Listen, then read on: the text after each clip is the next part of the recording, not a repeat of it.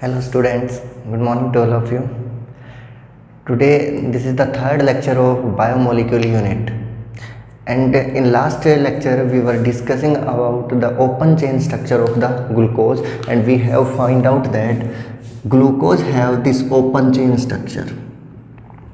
ने आइडेंटिफाई कर लिया था कि जो ग्लूकोज का स्ट्रक्चर होता है ओपन चेन में वो एक स्ट्रेट चेन स्ट्रक्चर होता है जिसके अंदर 5 हाइड्रोक्साइड ग्रुप्स होते हैं। ऑब्वियस 5 में से आपके ये जो 4 हाइड्रोक्साइड्स हैं सेकेंडरी हाइड्रोक्साइड होते हैं। This one is the primary hydroxide and these are the chiral optically active centres and one is the aldehyde group. ये हमने आइडेंटिफाई कर लिया था लास्ट वीडियो लेक्चर में। सबसे पहले हमने इसका मॉलिक्यूलर फॉर्मूला डिटरमाइन किया था कार्बन हाइड्रोजन एनालिसिस से। फिर उसके बाद हमने आइडेंटिफाई किया कि जो कार्बोहाइड्रेट का ये जो मॉलिक्यूल है glucose, this have a straight line structure because upon reduction with red phosphorus HI it gives a straight line structure. उसके बाद मैंने आइडेंटिफाई किया कि इसके अंदर एक कार्बोनाइल ग्रुप है। कार्बोनाइल तो एल्डिहाइड भी हो सकता है, कार्बोनाइल कीटोन भी हो सकता है। फिर मैंने देखा कि ये मॉलिक्यूल ब्रोमीन वाटर जैसे वीक ऑक्सीडाइजिंग एजेंट को भी रिड्यूस कर देता है और खुद का ऑक्सीडेशन कर लेता है, ग्लूकोनिक एसिड में कन्वर्ट हो जाता है। That's why we can say that this molecule have aldehyde group. उसके बाद इस मॉलिक्यूल का 1 mole 5 mole of acetic anhydride से रिएक्ट कर सकता है। That's why it have 5 OH groups. Now, what are the limitations of open chain structure? What is the open chain structure? Open chain structure I have drawn on the right hand side. यहाँ पे ये जो structure दिखाई दे रहा है this structure is the open chain structure of the glucose. Glucose का open chain structure है, but ये कहता है कि बहुत जगह पे मुझे ऐसा दिखाई दिया कि open chain structure is not the perfect structure for a glucose molecule. Why it is not considered as the perfect structure और existing structure for the glucose molecule? Because first reason is it do not gives some reactions of CHO group such as कौन सी reaction नहीं देता, such as reaction with 2,4-dinitrophenylhydrazine and reaction with किसके साथ नहीं देता? Second reaction NaHSO3। It do not give these 2 reactions. ये कह रहा है कि हमने एल्डिहाइड कीटोन्स की एक कैरेक्टरिस्टिक रिएक्शन पढ़ी थी 2,4-DNP which is also used as a test for aldehyde और कीटोन्स। मतलब एल्डिहाइड कीटोन्स के अंदर nucleophilic addition reaction followed by elimination की एक रिएक्शन थी जिसमें हम मॉलिक्यूल को किसके साथ ट्रीट करते थे? 2,4-DNP और एक येलो कलर का प्रेसिपिटेट मिलता था। अगर किसी ग्रुप में एल्डिहाइड होगा, किसी कंपाउंड में अगर एल्डिहाइड प्रेजेंट है तो 100% बात है वो 2,4-DNP के साथ एक येलो कलर का प्रेसिपिटेट जरूर देगा। अगर किसी भी कंपाउंड में एल्डिहाइड प्रेजेंट है तो 2,4-DNP के साथ 2,4-डाइनाइट्रोफिनाइल के साथ येलो कलर का प्रेसिपिटेट जरूर देगा।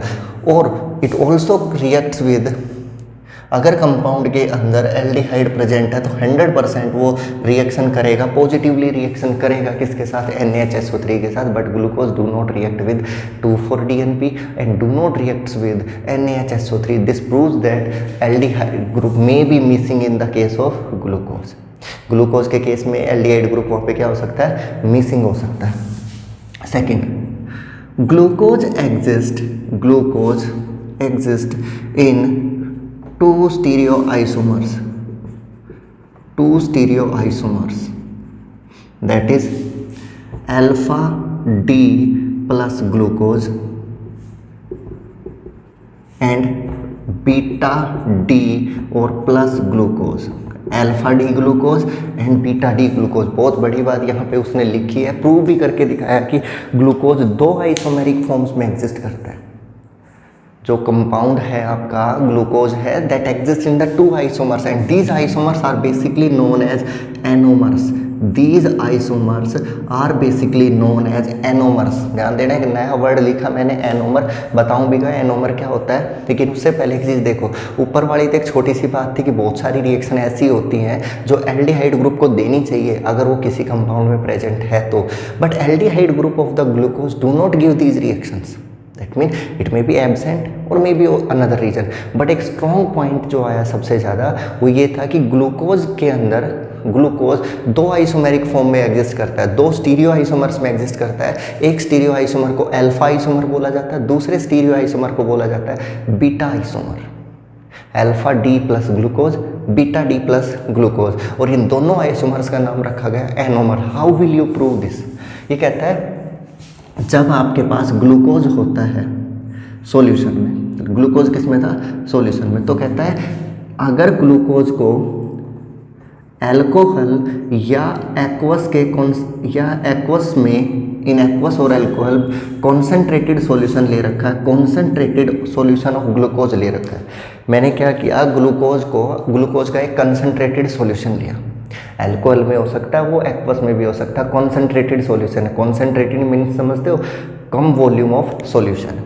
उस सॉल्यूशन को जब मैंने क्रिस्टलाइज करना शुरू किया, सॉलिडिफाई करना शुरू किया, क्रिस्टलाइजेशन का एक डेली लाइफ एग्जांपल बताता हूँ। शुगर को पानी में डिजोल्व किया, डिजोल्व होने के बाद मैं उस शुगर को हीट करना शुरू करता हूँ और सारा वाटर वहाँ से वेपराइज हो जाता है, नीचे सॉलिड फॉर्म में वापस मुझे शुगर मिल जाती है। इसको बोलते हैं crystallisation. Process of forming the solid crystals is known as crystallisation. तो ग्लूकोज को जब एक्वस सॉल्यूशन से क्रिस्टलाइज किया जाता है eight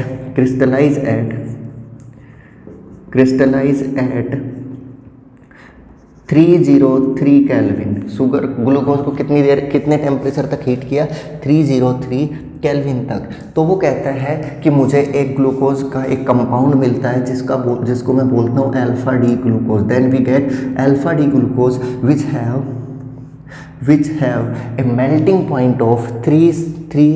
which have a melting point of 419 Kelvin. We got glucose molecule which have 419 Kelvin melting point. समझ रहे हो मेरी बात को कि ये कैसे प्रूव करोगे कि ग्लूकोज 2 आइसोमर्स में एग्जिस्ट करता है? कहता है ग्लूकोज को क्रिस्टलाइज करो, ग्लूकोज को पानी में डिजोल्व किया, डिजोल्व करने के बाद गर्म करो, वाटर सारा वेपराइज हो जाएगा, नीचे जो ग्लूकोज बनता है कितने केल्विन पे उसको वेपराइज किया, कितने केल्विन पे क्रिस्टलाइज करने की कोशिश करी? 303 केल्विन पे। तो मुझे एक ग्लूकोज मिलता है जिस मॉलिक्यूल का मेल्टिंग पॉइंट 419 केल्विन होता है। और यहाँ पे इस ग्लूकोज का ऑप्टिकल रोटेशन, हाँ भाई कितने लोगों को समझ में आती है optical rotation? Alpha D is equals to +111 degree. याद आता है कुछ ऑप्टिकल रोटेशन? याद करो एल्काइल हैलाइड और एराइल हैलाइड वाली यूनिट। और मैंने बोला था कि कोई भी लाइट जो कि प्लेन पोलराइज्ड लाइट होती है, this is a plane polarised light, is pass through the solution of compound. Solution of the compound, let it may be the solution of glucose. When this plane polarized light is passed through the solution of glucose, it will rotate light into the right direction or left direction.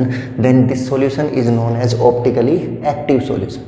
If this solution rotates light in the right direction, right hand side, then solution is known as dextrorotatory. If solution rotates light into the left direction, then it is known as levorotatory. तो कहता है जो glucose मुझे 303 kelvin पे crystallise करने के बाद मिलता है, उस ग्लूकोज की ऑप्टिकल रोटेशन +111 डिग्री होती है। That's mean it can rotate light to the 101 degree. ठीक है, that's mean it is a dextrorotatory solution. और कहता है कि अगर मैं ग्लूकोज को क्रिस्टलाइज करता हूँ एट क्रिस्टलाइज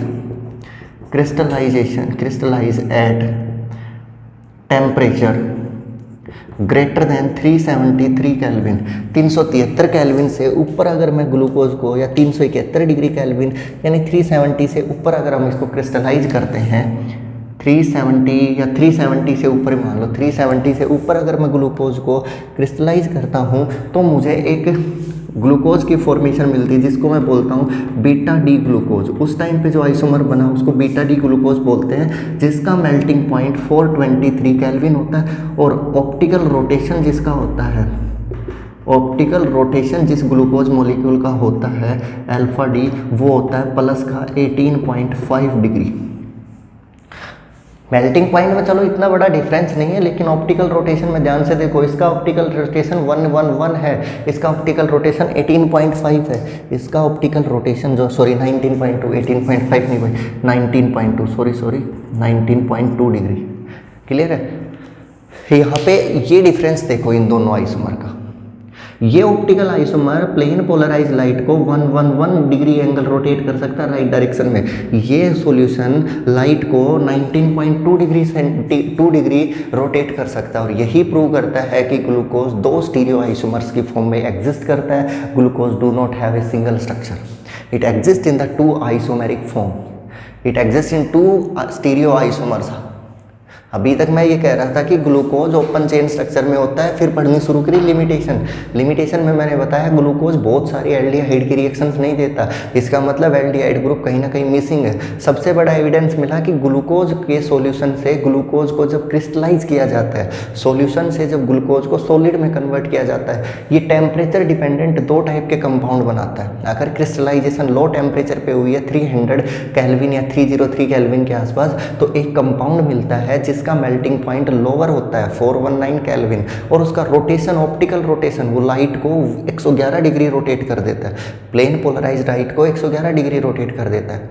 वहीं अगर टेम्परेचर को राइज करके उसको क्रिस्टलाइज किया गया तो दूसरा आइसोमर मिलता है। अब ये कैसे पता चला कि ये दूसरा आइसोमर है, क्योंकि इसका ऑप्टिकल रोटेशन 19.2 होता है, इसका 19.2 होता है, और इसका रोटेशन कितना होता था 111 डिग्री। इसका मेल्टिंग पॉइंट कितना होता था 419, इसका मेल्टिंग पॉइंट कितना 423 kelvin. So glucose exist in two isomeric forms and these isomers are named as anomers. These isomers are named as anomers. These are the stereoisomers of each other. अब इसके बाद कहता है एक और पॉइंट भी दिखाई दिया इसको, ये कहता है कि मान लिया ये ग्लूकोज दो फॉर्म्स में एग्जिस्ट करता है, दो आइसोमेरिक फॉर्म्स में एग्जिस्ट करता है। Third, in aqueous solutions these anomers get converted into each other, वो एक दूसरे में कन्वर्ट हो जाते हैं and gives an equilibrium solution.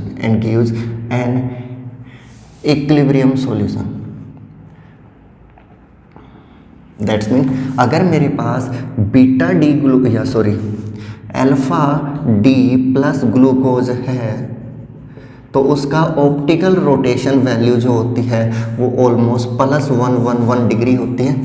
अगर मेरे पास बीटा डी प्लस वाला आइसोमर प्रेजेंट है ग्लूकोज का, then it have optical rotation value of 19.2 degree positive. In aqueous solution optically activity of the solution change, its optically activity gradually falls। Aqueous solution के अंदर इनकी optical rotations change होते हैं, वो anomers एक दूसरे में कन्वर्ट होते हैं, या फिर यूँ कहूँ कि उनकी ऑप्टिकल एक्टिविटी चेंज होती है और एक की ऑप्टिकल एक्टिविटी डिक्रीज करती है, दूसरे की इंक्रीज करती है। एक की 111 है, एक की 19 है, तो इसकी ऑप्टिकल एक्टिविटी एक्वस सॉल्यूशन में डिक्रीज करना शुरू करती है, जबकि इसकी राइज करना शुरू करती है, और दोनों एक इक्विलिब्रियम पे जाके मिल जाते हैं। तो बैटरी ये रहेगा, in aqueous solution their optical activity changes, ठीक है, ग्रेजुअली चेंज करती है, इसकी ऑप्टिकल एक्टिविटी फॉल करती जाती है और जाके एक इक्विलिब्रियम मिक्सर में कन्वर्ट हो जाती है। एट इक्विलिब्रियम मिक्सर जो आता है वहाँ पे उसकी ऑप्टिकल एक्टिविटी देखी जाती है 52.5 डिग्री। इसकी ऑप्टिकल एक्टिविटी राइज अप करना स्टार्ट करती है और जाके कहाँ ख़त्म हो जाती है वापस 52.5 degree rotation.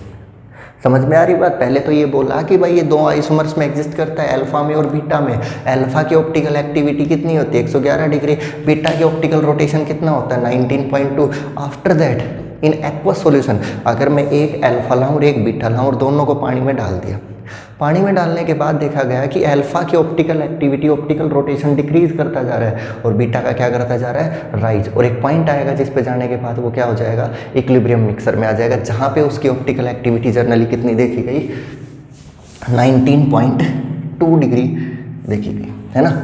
This continuous change in the continuous and spontaneous change in optical rotation value in an aqueous solution is called muta rotation, is known as muta rotation। नई टर्म आई है म्यूटा रोटेशन। क्लियर है जी। Glucose 2 stereo isomers की form में exist करता है। One stereo isomer is alpha D glucose, another isomer is beta D glucose. Clear. Alpha D glucose have optical rotation value of 111, beta D glucose have an optical rotation value of 19.2 degree centigrade नहीं है, sorry वो गलती से लिखा हुआ है यहाँ पे, optical rotation of 19.2। At equilibrium they will have optical rotation of 52.5 degree. Clear है। तो ऑप्टिकल रोटेशन ऑफ अल्फा की कंटिन्यूसली डिक्रीज होती है और बीटा की ऑप्टिकल रोटेशन कंटिन्यूसली इंक्रीज होती है और इक्विलिब्रियम पे जाके वो एक दूसरे के इक्वल हो जाते हैं। This process of continuous change of optical rotation in an aqueous solution is generally named as mutarotation. This is known as म्यूटा rotation.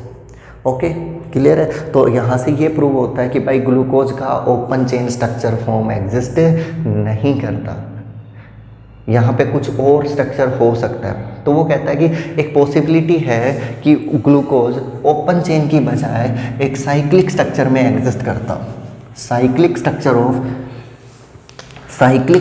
Glucose, cyclic structure of glucose, cyclic structure of glucose. What may be the cyclic structure? देखो मैं सबसे पहले open chain structure को लिखता हूँ C double bond O। Clear है। H, ये यहाँ पे एल्डिहाइड है CH2OH, OH, OH, क्लियर, और OH and H। This is the carbon number 1, carbon number 2, carbon number 3, carbon number 4, carbon number 5 और carbon number 6। This is the open chain structure of glucose. Everybody clear about this, है ना। तो कहता है कि सबसे दूर वाले OH का लोन पेयर, जो एल्डिहाइड से सबसे दूर वाला OH है उसका लोन पेयर इस OH को नहीं ले रहा, क्योंकि ये OH 1 डिग्री है, ये OH 2 डिग्री है, और हमें क्लियरली पता है 1 degree alcohol is less reactive then 2 degree, 2 degree is less reactive than 3 degree. तो 3 डिग्री तो मेरे पास है नहीं, 2 डिग्री है। तो रिएक्टिविटी ऑफ अल्कोहल्स पढ़ाई थी, 3 degree is most reactive then 2 degree then 1 degree. मेरे पास एक तो 2 डिग्री अल्कोहल्स हैं और एक मेरे पास कौन सा है, 1 डिग्री अल्कोहल है। तो मैं किसको प्रीफर करूंगा रिएक्टिविटी में, 2 डिग्री को। तो दैट्स वाई 2 डिग्री अल्कोहल, सबसे दूर वाला 2 डिग्री अल्कोहल का ऑक्सीजन का लोन पेयर इस कार्बन के ऊपर रिएक्ट करता है। ध्यान से देखना रे, ग्लूकोज के टॉप पे प्रेजेंट है एल्डिहाइड ग्रुप, उसके सबसे दूर वाले ऑक्सीजन जो था उसके लोन पेयर ने उसके ऊपर अटैक किया। आप ये कह सकते हो इससे नीचे भी एक ऑक्सीजन है, लेकिन वो 1 डिग्री है, ये कितने डिग्री है, 2 डिग्री है ना। और 2 डिग्री जो अल्कोहल होते हैं वो ज़्यादा रिएक्टिव होते हैं एज कम्पेयर टू 1 डिग्री, इसीलिए इसने रिएक्ट करना शुरू किया, इसके लोन पेयर ने यहाँ अटैक किया। अटैक करते ही ये ऊपर की साइड क्या हो गया, ओपन हो गया, है ना। इससे लोन पेयर ने इसके साथ बॉन्ड बनाने की कोशिश करी। गिनो, और कार्बन नंबर कितना है, 5, उसके ऑक्सीजन ने कार्बन नंबर 1 से रिएक्ट किया। रिएक्ट करने के बाद ये बन गया O-, ये बन गया H के बाद ये नीचे रह गया CH2OH। क्लियर। अब कार्बन नंबर काउंट करो, कार्बन नंबर 5, कार्बन नंबर 5 के ऑक्सीजन ने किससे बॉन्ड बना लिया, कार्बन नंबर 5 के ऑक्सीजन ने बॉन्ड बना लिया भाई इसके साथ, जिस पे ऑलरेडी हाइड्रोजन अटैच है, ठीक है। OH, OH और OH, 1 2 3 4 5 एंड 6। क्लियर। ऑक्सीजन पे चार्ज आ गया पॉजिटिव। इसको ख़त्म करने के लिए ये हाइड्रोजन यहाँ से लॉस होकर किसके ऊपर अटैच हो जाएगा, ऑक्सीजन पे। ध्यान देना जी एक बार, यहाँ पे ये कह रहा है कि इसकी फॉर्मेशन हुई कि ये लोन पेयर किसको मिल गया, इस कार्बन को। तो इस कार्बन से जुड़ गए ये ऑक्सीजन, इस कार्बन से जुड़ गया ये वाला ऑक्सीजन, और ये हाइड्रोजन एज इट इज। तो ऑक्सीजन पे चार्ज आ गया पॉजिटिव। अब ऑक्सीजन अपना चार्ज पॉजिटिव तो बियर करेगा नहीं, ये कहता है कि मेरे पास ये हाइड्रोजन फालतू है, ये कहता है मेरे पास ये ऑक्सीजन पे हाइड्रोजन की कमी है। तो ये हाइड्रोजन वहाँ ऊपर ट्रांसफ़र हो सकता है। ऊपर ट्रांसफ़र होगा तो ये इसके पास एक हाइड्रोजन पहले है, ये हाइड्रोजन ऐसे हो जाए और ऑक्सीजन इस तरीके से OH बना ले, है ना। ये जो हाइड्रोजन दिख रहा है, चलो ऐसा लिख लेते हैं, जिस साइड ये हाइड्रोजन हमें दिखाई दे रहा है ये एज इट इज रह जाए और ये OH इधर लग जाए, या फिर ये भी तो हो सकता है ये OH इधर आ जाए और ये H इधर आ जाए। अरे दोनों पॉसिबिलिटी है भाई। ये जो हाइड्रोजन यहाँ से हटेगा ये ऑक्सीजन पे लगेगा, ऑक्सीजन का OH बनेगा। OH राइट हैंड पे भी हो सकता है और OH लेफ्ट हैंड पे भी हो सकता है। OH अगर राइट हैंड पे होगा तो इसका नाम अल्फा एनोमर रखा जाएगा। OH अगर लेफ्ट हैंड पे गया तो उसका नाम बीटा रखा जाएगा। एक बार रिवाइज करो, इस ऑक्सीजन के बारे में कहा था ये OH अगर राइट हैंड पे है तो उसको D बोला जाता है। ये लास्ट और सेकंड लास्ट वाला OH अगर इधर आ जाता है तो इसको L आइसोमर बोला जाता है। तो इसी अकॉर्डिंग यहाँ पे आपके ग्लूकोज के दो स्ट्रक्चर बन सकते हैं। अगर आपने इस OH को राइट हैंड पे रखा है या इस फर्स्ट OH को आपने लेफ्ट हैंड पे रखा है, नीचे वाला CH2OH एज इट इज, इस कार्बन की बॉन्डिंग हो गई फिफ्थ का कार्बन वाले ऑक्सीजन से, बाकी सब कुछ स्ट्रक्चर एक जैसा होगा। This form is known as alpha D glucose, this is known as alpha D glucose. और इस पे डिपेंड करता है CH2OH, इसके साथ इधर OH OH HH और OH, this is known as beta D glucose form, this is known as beta D glucose form. अगर ये OH इधर है लेफ्ट हैंड पे तो बीटा और राइट हैंड पे है तो अल्फा। एक बार देख लो, ये आपकी चेन बन गई। अब ये कितने कार्बन की चेन है वो भी चेक कर सकते हो। For example it is 1 2 3 4 5 and 6। कितने कार्बन मेंबर की चेन दिख रही है? 6 मेंबर की। तो इसको हेक्सानोज फॉर्म बोलते हैं, ठीक है, या फ्यूरोनोज फॉर्म बोलते हैं इसको, ठीक है। इसको क्या बोलते हैं? नो सॉरी, पायरानोज फॉर्म, वो चलो देखेंगे, लेकिन उससे पहले प्रोसीजर समझ लो। ये जो ओपन चेन स्ट्रक्चर था, ये ग्लूकोज का ओपन चेन स्ट्रक्चर था, and this lone pair of oxygen reacts with the carbon center of carbonyl और डबल बॉन्ड कन्वर्ट हो गया सिंगल बॉन्ड में, चार्ज हो गया ऊपर, ये ऑक्सीजन अटैच हो गया कार्बन से, ऑक्सीजन को अटैच कर दिया किससे? कार्बन से। ऑक्सीजन का हाइड्रोजन लॉस होगा, लॉस होने के बाद O नेगेटिव जो था वो OH में कन्वर्ट होगा। अब ये ऑक्सीजन ऊपर दिख रहा है, ये ऑक्सीजन राइट हैंड पे भी जा सकता है और ये ऑक्सीजन लेफ्ट हैंड पे भी जा सकता है। अगर ये ऑक्सीजन का OH राइट हैंड पे बनता है तो इसको अल्फा एनोमर बोला जाता है, और अगर ये बीटा साइड उल्टी साइड में बनता है तो इसको क्या बोला जाता है? Beta anomer. क्लियर? ये दो स्ट्रक्चर ध्यान से देखो, अल्फा आइसोमर और बीटा आइसोमर, दोनों स्ट्रक्चर में तुम्हें कहाँ डिफरेंस दिखाई देता है? इन दोनों में कार्बन की नंबरिंग डाल दी मैंने। लेट्स कंसीडर ये कार्बन का नंबर डाल दिया, कार्बन नंबर 1 2 3 4 5 एंड 6। इन दोनों स्ट्रक्चर्स को ध्यान से देखने पे मुझे किस कार्बन स्ट्रक्चर के ऊपर डिफरेंस दिखता है दोनों मॉलिक्यूल्स में? ये दोनों मॉलिक्यूल कहाँ डिफर करते हैं? यस, दोनों कार्बन कहाँ डिफर करते हैं? कार्बन नंबर 1 पे। तो जब ये कहता है when stereochemistry is different at carbon 1 for 2 molecules, दो मॉलिक्यूल्स की अगर स्टीरियोकेमिस्ट्री कार्बन नंबर 1 पे डिफर करती हो, जब किसी भी दो आइसोमर्स में डिफरेंस कहाँ पे हो? कार्बन नंबर 1 पे। किसी भी दो स्टीरियो आइसोमर्स का डिफरेंस कार्बन नंबर 1 पे होता है, यानी उनकी स्टीरियोकेमिस्ट्री, उनका स्ट्रक्चर कार्बन नंबर 1 पे डिफरेंट होता है, बाकी सब पे क्या होता है? पूरा स्ट्रक्चर सेम है एज इट इज़। सिर्फ कार्बन नंबर 1 पे जो उनका स्ट्रक्चर है वो डिफरेंट है। These kind of isomers, these isomers are known as anomers, these isomers are known as anomers. तो अल्फा और बीटा टाइप के दो एनोमर्स ग्लूकोज के एग्जिस्ट करते हैं। कोई पूछे एनोमर क्या होते हैं? ये स्टीरियो आइसोमर्स होते हैं जहाँ पे स्टीरियो केमिस्ट्री कार्बन नंबर 1 पे डिफर करती है। दो मॉलिक्यूल्स हैं, दोनों एक दूसरे के स्टीरियो आइसोमर्स हैं। दो मॉलिक्यूल्स हैं, दोनों एक दूसरे के स्टीरियो आइसोमर या छोड़ो आइसोमर है दोनों एक दूसरे के। उनमें स्ट्रक्चर डिफरेंस कहाँ है? कार्बन नंबर 1 पे स्ट्रक्चरल डिफरेंस एग्जिस्ट करता है। That's why these two molecules are named as anomers. तो ग्लूकोज दो फॉर्म में एग्जिस्ट करता है, अल्फा और बीटा फॉर्म में, और जो ये रिप्रेजेंटेशन है इसको बोला जाता है Fischer representation. This representation is known as Fischer representation. ये वाली जो रिप्रेजेंटेशन होती है, ये जो ऐसे काट के लिखा हुआ है, इसको फीसर प्रोजेक्शन बोलते हैं। ठीक है, इसको कौन सा प्रोजेक्शन फॉर्मूला बोलते हैं? ये वाला स्ट्रक्चर जो बना रखेंगे मैंने, फीसर प्रोजेक्शन बोलते हैं। ठीक है, तो ग्लूकोज की ये वाला जो स्ट्रक्चर होता है, इस स्ट्रक्चर को बोलते हैं open chain structure. This structure of glucose is known as open chain structure. Close chain में ये दो फॉर्म में एग्जिस्ट करता है, अल्फा फॉर्म में और बीटा फॉर्म में। CH2OH oxygen, this linked with carbon number 1, OH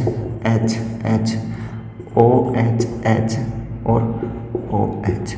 This is the alpha D glucose closed chain form and this is the beta D glucose closed chain form.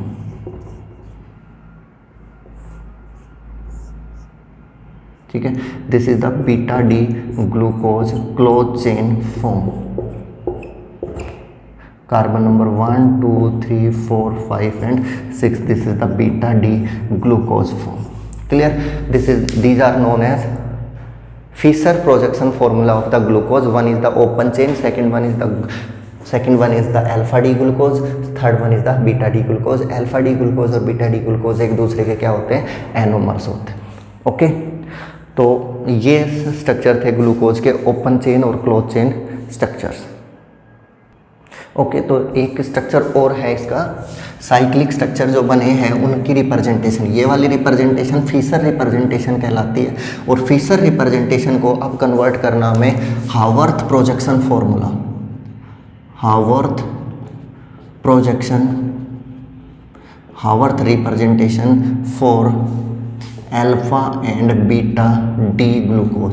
Alpha और beta D glucose को cyclic form में हम आवर्त projection में भी दिखा सकते हैं। जैसे for example this molecule is alpha D glucose. थोड़ा सा ध्यान से समझने की ज़रूरत है, आराम से समझ में आ जाएगा। यहाँ पे ये ऑक्सीजन लगा हुआ है इसके साथ, ठीक है, ये OH है, ये आपका OH है, इधर ये आपका OH है। क्लियर है? तो carbon number 1, carbon number 2, carbon number 3, 4 और 5 और 6, इस मॉलिक्यूल के अंदर अगर ध्यान से देखा जाए तो कार्बन नंबर 1 का कार्बन डायरेक्टली लिंक हो रखा है किसके साथ? कार्बन नंबर 5 के साथ through oxygen. Carbon number 1 is directly link to the carbon number 5 through a oxygen, through an oxygen. ध्यान से देखो, है ना? तो हावर्थ प्रोजेक्शन फॉर्मूला इस स्ट्रक्चर को कैसे लिखता है? इस स्ट्रक्चर को एक बेंजीन टाइप स्ट्रक्चर में कन्वर्ट करता है, जिसको हम पायरानोज स्ट्रक्चर बोलते हैं, जिसका नाम क्या बोला जाता है? Pyranose structure, pyranose structure. ठीक है, इसके अंदर ये ऑक्सीजन जो बीच वाला ऑक्सीजन था वो ऑक्सीजन एज इट इज दिखाया गया है। This is the carbon number 1, carbon number 2, carbon number 3, 4, 5। Clear है? कार्बन नंबर 5 और कार्बन नंबर 1 एक दूसरे से लिंक है, कार्बन नंबर 1 और कार्बन नंबर 5 एक दूसरे से जोड़ दिए गए हैं, उनके बीच में ऑक्सीजन आता था, ऑक्सीजन एज इट इज लगा दिया। क्लियर? CH2O इस कार्बन नंबर 5 को ध्यान से देखो, इसका एक बॉन्ड बना हुआ है कार्बन नंबर 1 के साथ, इस 5 का एक बॉन्ड कार्बन नंबर 1 के साथ बना दिया। 5 पे एक H लगा हुआ है, एक CH2OH, तो ऊपर की साइड मैंने लगा दिया इस पे CH2OH, तो बचा यहाँ पे क्या? H। इसके बाद कार्बन नंबर 4 पे OH है और H है।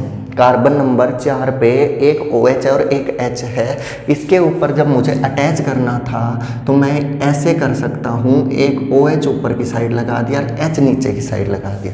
लेकिन ये कहता है कि इस OH में और इस CH2OH में दोनों में क्या होती है, रिपल्सन होना स्टार्ट हो जाती है।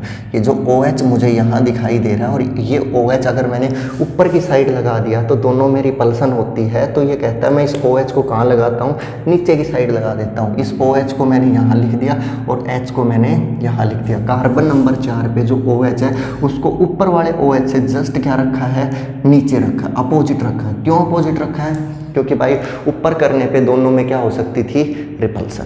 दोनों बल्कि ग्रुप हो गया, OH OH तो सेम ग्रुप हो गया, और अगर दोनों सेम ग्रुप है दोनों में रिपल्सन होगी। जो 4 वाला है उसका जस्ट अपोजिट, 4 वाले का OH राइट एंड पे है और 3 वाले का लेफ्ट एंड पे, तो दोनों एक दूसरे के अपोजिट है। अगर इसका OH नीचे की साइड है तो इसका OH ऊपर की साइड।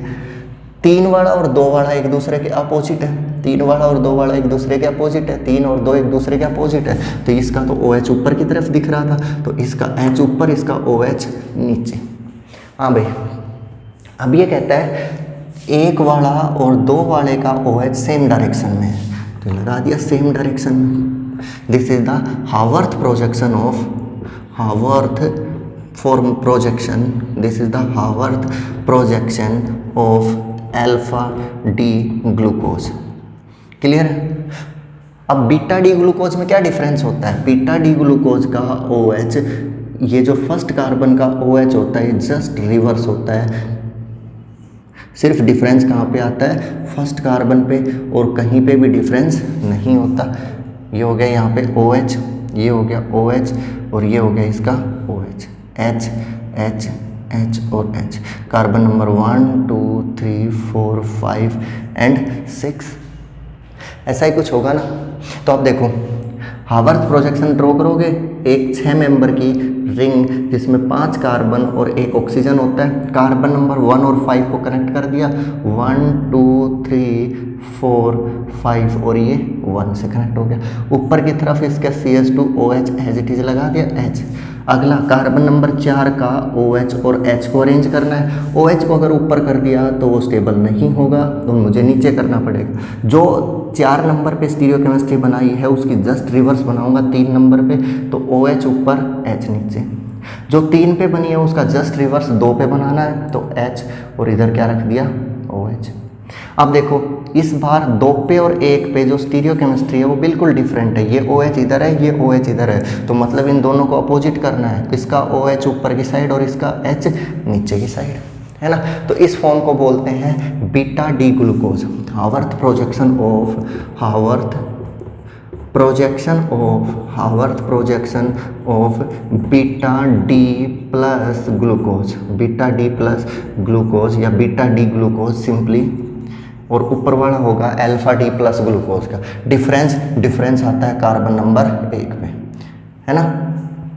अब ये कहता है कौन सी फॉर्म ज़्यादा स्टेबल है, अल्फा ज़्यादा स्टेबल है या बीटा ज़्यादा स्टेबल है। कहता है कि बीटा के केस में ये दोनों OH एक दूसरे के जस्ट अपोजिट हैं, और अल्फा में ये दोनों OH एक दूसरे के क्लोज हैं। इन दोनों के बीच में रिपल्सन एक्टिव हो सकता है, दोनों के बीच में क्या एक्टिव हो सकती है, रिपल्सन। लेकिन ये कहता है कि बीटा फॉर्म में देखो ये ऑक्सीजन जो होता है इस हाइड्रोजन के साथ क्या बना लेता है, intramolecular hydrogen bonding, intramolecular hydrogen bonding, जिसकी वजह से इसकी स्टेबिलिटी हाई हो जाएगी।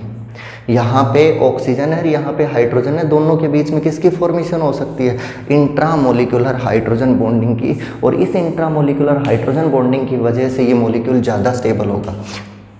Due to intramolecular hydrogen bonding, due to intramolecular hydrogen bonding, beta D glucose is more stable than alpha D glucose. Alpha D glucose से ज़्यादा stable होता है बीटा डी ग्लूकोज, इसलिए लगभग 64% तो बीटा डी ग्लूकोज एग्जिस्ट करता है, और बच गया आपका 36 के आसपास, 36% के आसपास वो आपका मिलता है यहाँ पे कौन सी फॉर्म, अल्फा फॉर्म, यानी बीटा फॉर्म 36% के आसपास क्या मिलती है, बीटा की बजाय alpha form, alpha D glucose. तो ये हावर्थ प्रोजेक्शन है ग्लूकोज का, और वो वाला जो था वो ओपन चेन स्ट्रक्चर था, फिशर प्रोजेक्शन था। दोनों आपको याद करने हैं।